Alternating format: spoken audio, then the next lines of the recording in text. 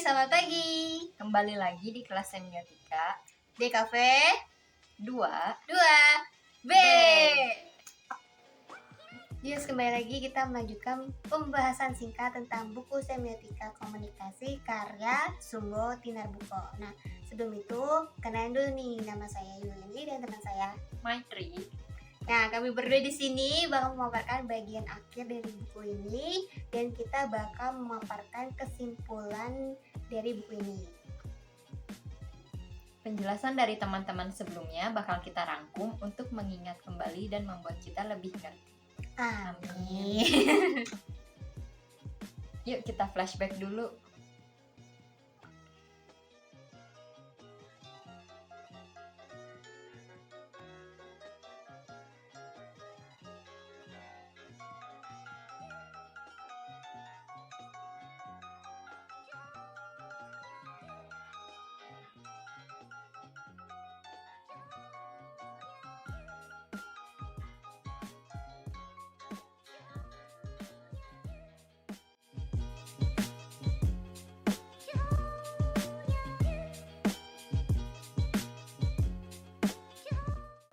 Yuk sini dengerin penjelasan singkat padat jelas dari kita.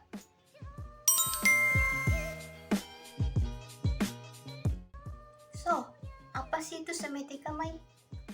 Apa ya? Apa ya? Semiotika aslinya berasal dari bahasa Yunani, yaitu semion yang artinya tanda. So, semiotika itu ilmu tentang tanda yang tujuannya untuk mengkomunikasikan informasi. Tanda yang dimaksud di sini harus dapat dipahami kedua belah pihak, alias tanpa mengabaikan konteks dan pihak pembaca. Nah, pemahaman terkait semiotika ini kita akan bahas dari 3 tokoh terkenal. Siapa aja nih mereka? Yang pertama, itu ada Ferdinand de Saussure, lalu ada Charles Sanders Peirce, dan yang ketiga ada Ronald Barthes. Ketiga beliau ini berbeda, ya nggak Yuk? Betul banget, pemahaman perbedaan dari ketiga orang ini nih. Oke, kita bahas dari yang Saussure ya guys. Dia pemahamannya itu secara linguistik. Menurut beliau ini penggunaannya dalam masyarakat, kajiannya itu secara struktural. Terdapat petanda dan penanda. Penanda ini dapat menimbulkan petanda. Keduanya itu harus saling berhubungan dan tidak bisa berdiri sendiri. Contohnya nih, ketika kita dengar atau mengucap kata langit, apa sih yang bakal terbayangin? Mungkin bisa luas, biru, banyak gerombolan warna putih yang alias awan yang membentuk sembarangan bentuk, ya kan? Awan gak ada bentuk tertentu kan. Nah, jadi dalam hal ini langit itu adalah penanda, sedangkan gambaran yang di dalam benak kita itu merupakan petanda. Next ada si Peirce. Nah, si Peirce ini dia pemahamannya lebih ke logika filsafat. Dia dikenal dengan nama pemahaman tentang segitiga makna atau konsep triadi, yaitu ada representamen, objek, dan interpretan. Tanda atau representamen mewakili suatu yang lain dalam beberapa hal, sedangkan interpretan itu dari representamen dan mengacu pada objek.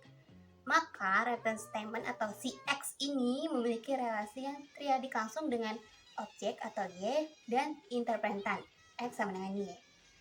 Hal ini disebut dengan signifikasi.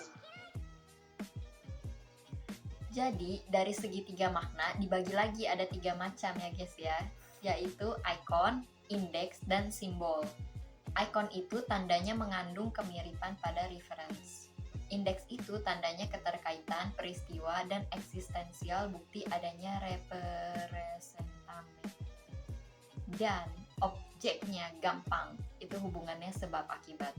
Misalnya ini ada jejak kaki ayam, berarti di situ objeknya ada ayam yang baru aja lewat. Jadi hubungan tanda sama objeknya tuh sifatnya konkret, simbol sifatnya konvensional, tanda yang udah disepakati bersama. Kita masuk ke pemahaman dari tokoh yang ketiga, yaitu Barthes. Dia ini lebih ke mitos dan culture. Pemahamannya itu merupakan pengembangan dari pemahamannya punya Saussure. Beliau ini lebih mengarah pada language code dan muncullah pembagian makna tentang denotasi dan konotasi. Simpelnya tuh bedanya denotasi dan konotasi itu dalam tabel ini.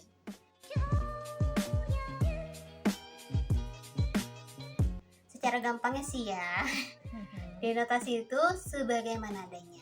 Sedangkan kalau konotasi itu biasanya disangkut pautin tentang berdasarkan emosi, juga tergantung culture yang dianut sama masing-masing orang.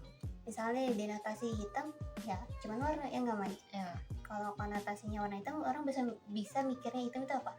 Sedih, duka, pokoknya hal-hal yang buruk-buruk lah gitu.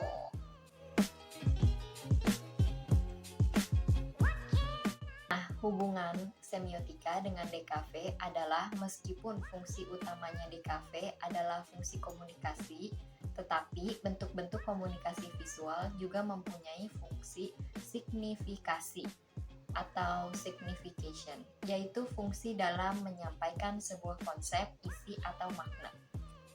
Objek utama dari komunikasi visual itu kan elemen-elemen komunikasi yang bersifatnya visual, kayak garis, bidang, ruang, warna, bentuk, ataupun tekstur kan. Tapi kan pada prakteknya tuh desain komunikasi visual juga melibatkan beberapa elemen non visual, kayak tulisan atau desain digital yang mengkombinasikan elemen-elemen visual seperti suara, bunyi, maupun teks. Dalam konteks ini, kode kebudayaan, kode hermeneutik, kode semantik, kode narasi, dan kode simbolik banyak dimanfaatkan untuk melihat karya desain komunikasi visual. Jadi, berdasarkan poin yang udah disebutin di atas tadi itu, dapat disimpulin kalau karya desain komunikasi visual yang dijadikan objek kajian setelah ditafsirkan berdasarkan tanda verbal dan tanda visual, maka bisa diklasifikasikan berdasarkan kombinasi antara tanda, kode, dan makna. Nah, ketiga unsur semiotika itu, tanda, kode, makna tadi menjadikan pertimbangan dalam melihat dan menangkap pesan yang mencuat dalam karya desain komunikasi visual.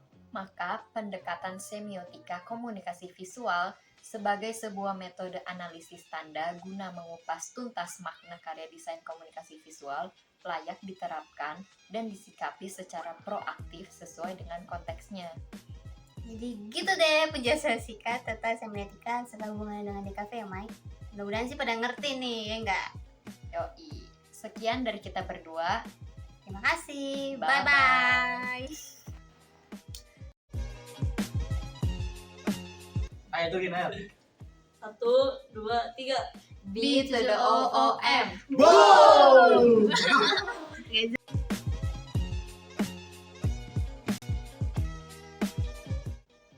Dalam konteks ini, kode kebudayaan, kode hermeneutik.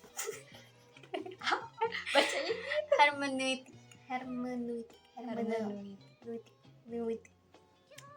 dalam konteks ini, kode kebudayaan, kode hermeneutik, kode semantik, gue semantik, kayak orang Batak.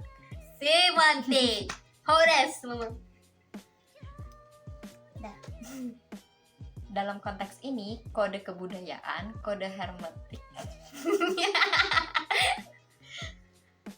hermeneutik,